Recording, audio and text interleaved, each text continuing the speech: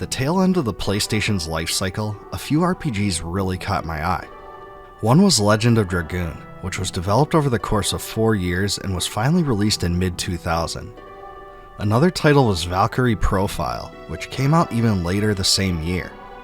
When I first gave it a try, it really wasn't what I was expecting, but still, it was quite a pleasant surprise that I still look back on with fondness. Valkyrie Profile is an action-oriented role-playing game that combines Norse mythology with an extremely interactive combat system. It's technically turn-based, with allies and enemies taking turns with attacks. The completely novel part, though, is that each of your 4 party members is assigned one of the 4 main buttons on the PlayStation controller. When it's your turn to act, the button you press dictates which character attacks or casts a spell. This is an incredibly unique system that allows you to string together combos, some of which even allow enemies to be juggled or stunned.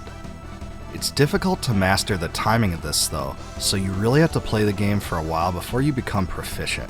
Spells consume CT, or charge time, which functions like magic points in other RPGs.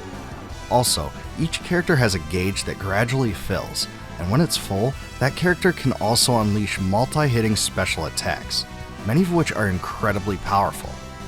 Another nice feature of Valkyrie Profile's battle system is that you can always see visual hit point meters for enemies, which allows you to plan better. Outside of battle, you venture throughout areas in a 2D side-scrolling view, where you can jump between platforms and explore various environments. There are no random battles, and enemies appear visually in these areas and many can be avoided.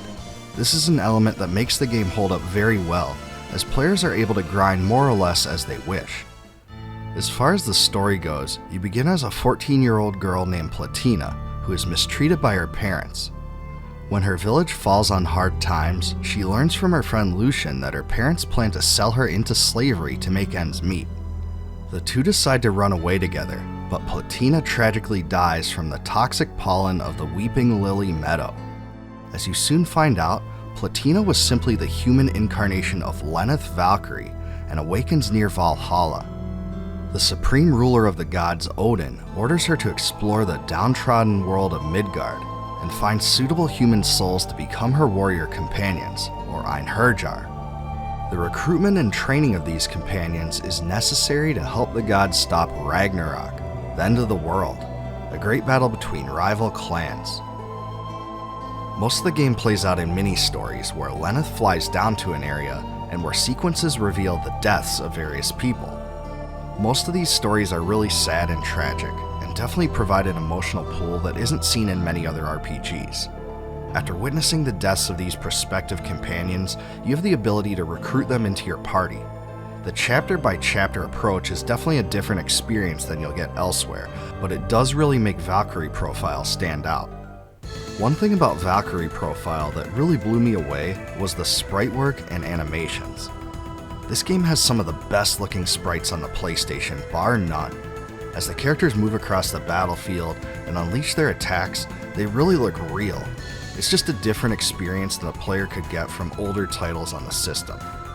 The character animations and the storyline sequences are just spellbinding, and the movements were clearly created for specific scenes. It definitely goes above and beyond everything else in this respect. It honestly could pass for PlayStation 2 quality if that system had featured more usage of sprites. So cheers to the art team for making this a visual marvel. The 2D side-scrolling areas contain some platforming and even some basic puzzle solving. Lenneth can swing her blade at enemies, but connecting with them only provides the ability to act first in battle against them. Think of this as a preemptive strike of sorts.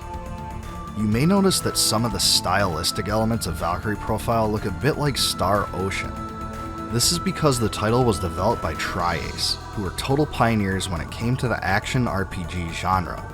The expertise really shines through in this game as well, because this isn't the standard Dragon Quest turn-based affair or anything like that. It's a fast-moving, real-time battle system. Valkyrie Profile also features multiple endings, the best of which is incredibly difficult to obtain because you have to meet a bunch of prerequisites that you won't even realize unless you look up the information. It was a nice touch to put variety into the ending system because it tailors the experience to the player, and also because it adds replay value to the game. Even still, I think it's almost impossible to stumble upon the best ending, and most players won't even realize this about the game. I really like the soundtrack too. The score uses a lot of harps, strings, and other classical instruments, and definitely stands out from many others of the time. It was created by Motoi Sakuraba, who also did the scores for Tales of Phantasia and the Star Ocean games, so you'll be a little familiar with the style if you've ever played those.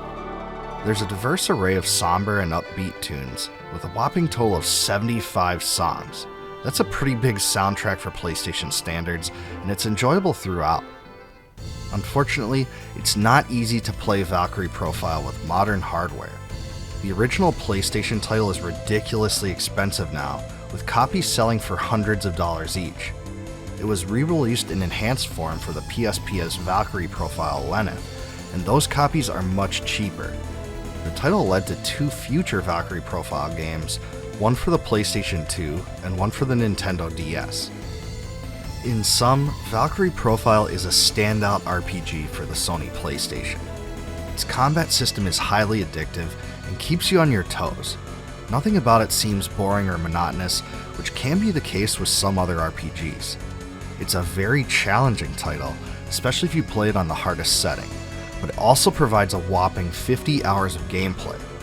More than maybe any other RPG on the system, it uses unique concepts that can't be found elsewhere, and is incredibly visually appealing.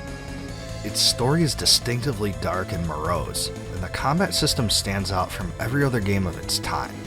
This is a can't-miss title I wholeheartedly recommend, especially if you're a fan of the Tales and Star Ocean series. Even if you aren't, Valkyrie Profile should be played by all RPG fans that missed out on it regardless. So yeah, it is criminally overlooked.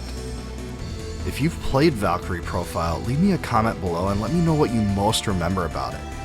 Please like, subscribe, and click the bell below for more retro gaming content, and please join my Discord community linked in the description. It would also mean the world to me if you supported my channel via YouTube's join feature below to receive member exclusives, such as advanced videos and complete video transcripts.